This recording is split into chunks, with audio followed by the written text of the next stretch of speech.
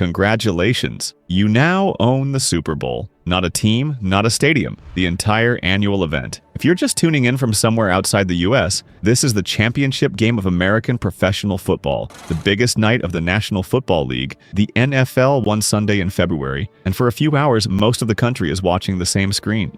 Owning it is nothing like the postcard. The postcard is the simple, attractive picture people see from the outside. This thing is actually a stack of money machines, each one more hidden than the last.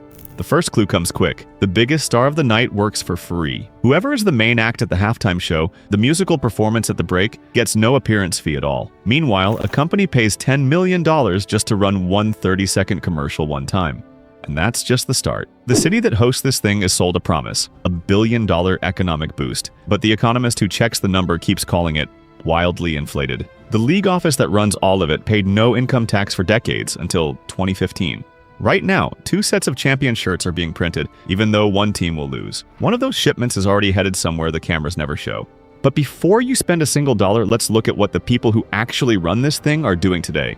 So your first job as owner, figure out what that $10 million ad actually is. Because that number is the postcard, and the postcard is a decoy. A decoy is a fake target that pulls your attention away from the real one. In 1967, a 30-second slot cost $37,500. That's about $362,000 in today's money. It passed $1 million in the 1990s and passed $4 million by the 2010s. Now, the US TV network NBC charges a $10 million base rate for the 2026 game. That's $2 million more than the network Fox charged the year before.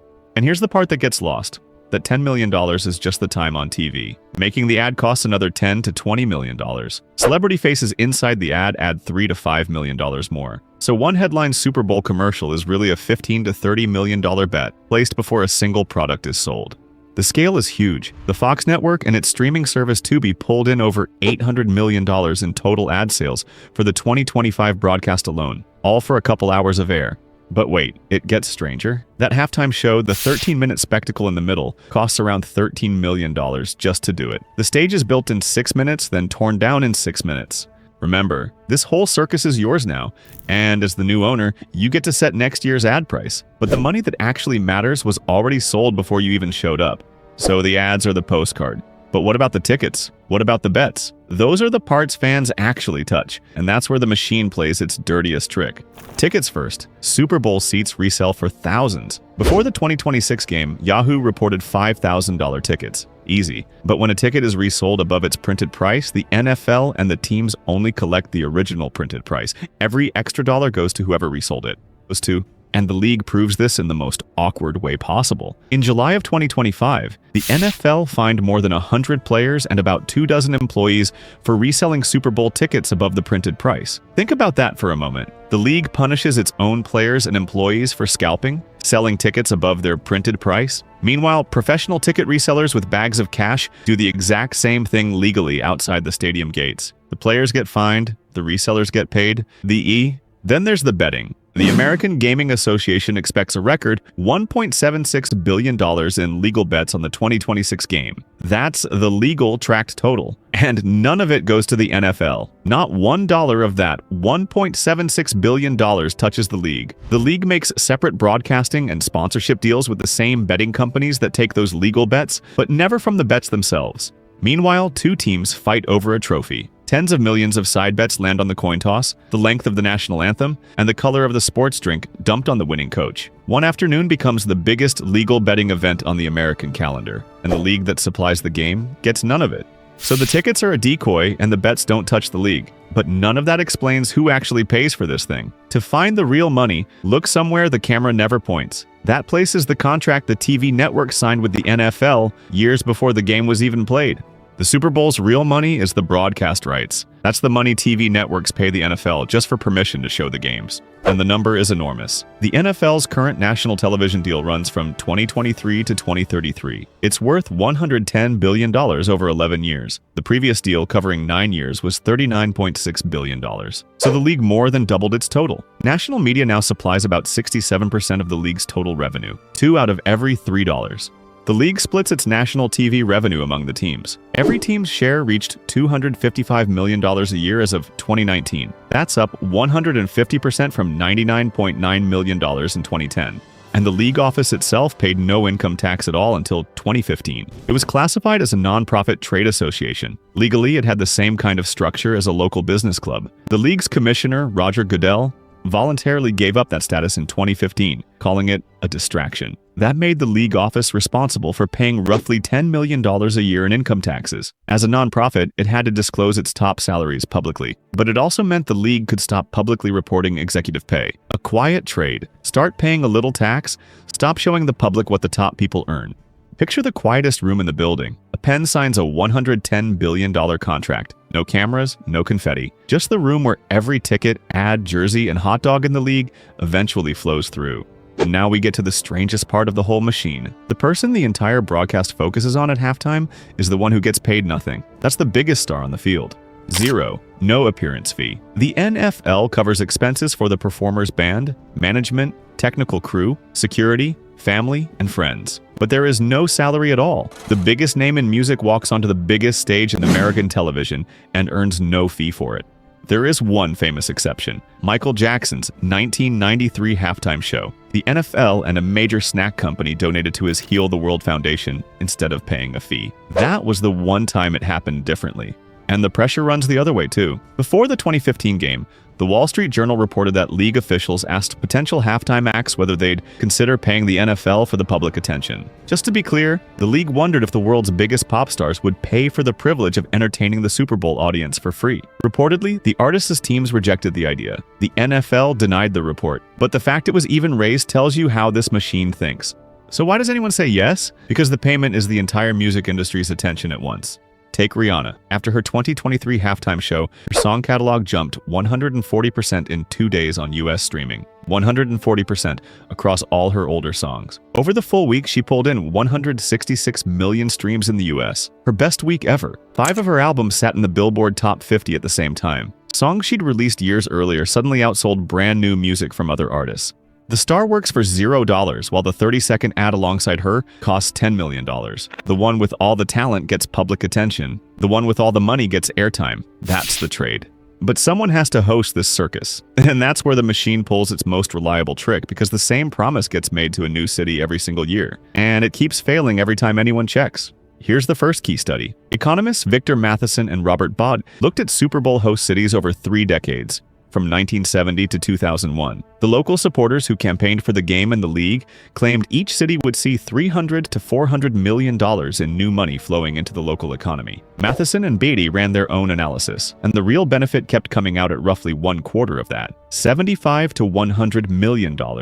25 years later, nothing changed. Louisiana claimed a $1.25 billion statewide impact from hosting the 2025 game in New Orleans. It also claimed nearly 10,000 jobs and $82.7 million in tax revenue. Matheson called the $1.25 billion figure wildly inflated. That's the exact word he used.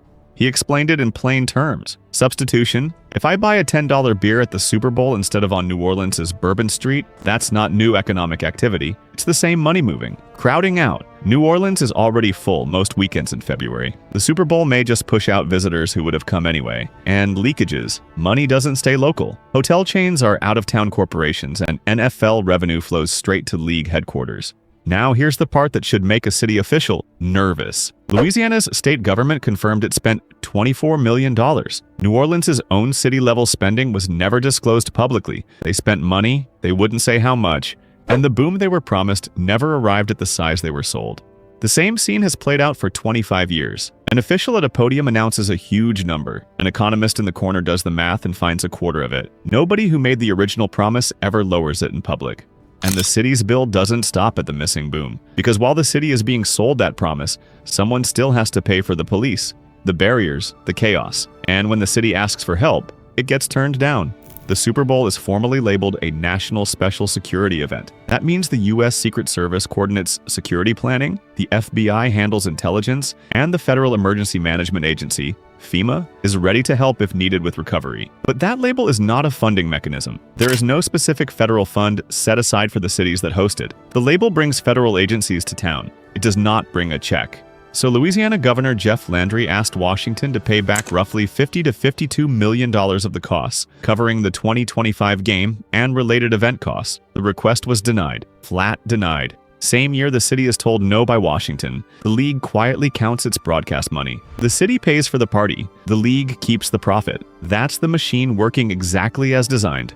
And now the detail the whole machine would rather you not picture, because somebody has to be ready for either result. That means printing 2 sets of champion shirts, knowing one of them is going straight into a warehouse. Both teams' championship shirts and hats are printed before the game. That way, the winning team's gear can arrive in stores within minutes of the final whistle. The moment the game ends, the winner's merchandise is already in stores. But what about the other set? The losing team's gear is newly printed, fully official champions merchandise for a victory that never happened. It gets packed up and shipped to developing countries. This is a documented, repeated international donation program. The earliest confirmed instance came from the Worcester Telegram and Gazette, a newspaper, back in January of 2014. They reported that the Patriots and NFL team had their pre-printed runner-up gear from an earlier loss sent to developing countries. So somewhere, somebody was paid to print a lie, and then paid to ship that lie across an ocean. That same year, Louisiana was told it can't get $52 million back from Washington. Meanwhile, a warehouse is already packing boxes of Super Bowl champions, whoever loses shirts. Those are headed to a country that had no idea the game was even being played. So you've inherited a machine that sells $10 million ads, pays its biggest star nothing, and ships the losing team's shirts across an ocean. But the one piece that makes all the money could actually destroy this whole business, because it's the piece you can't touch. The ads, the tickets, the bets, those are the visible parts. But the $110 billion broadcast deal was signed years before you arrived. It accounts for 2/3 of the league's revenue. You own the icon, not the part that makes the money. The most valuable thing in the building is a contract you never signed. And the host cities have been handed the same broken promise for 25 years. They keep paying the security costs themselves. At some point, a city is going to ask the obvious question: why are we paying to host a party where the league keeps the money? The problems aren't limited to the city's budgets. Even the betting money you thought was untouchable is already under attack. That $1.76 billion legal betting total is being slowly reduced by prediction markets outside government rules, sites where people bet on future outcomes. The gambling industry's own group called those sites a serious threat to legal betting. Even the betting money has rivals. The machine is a beautiful, cold arrangement, and it depends on the cities never sharing information with each other.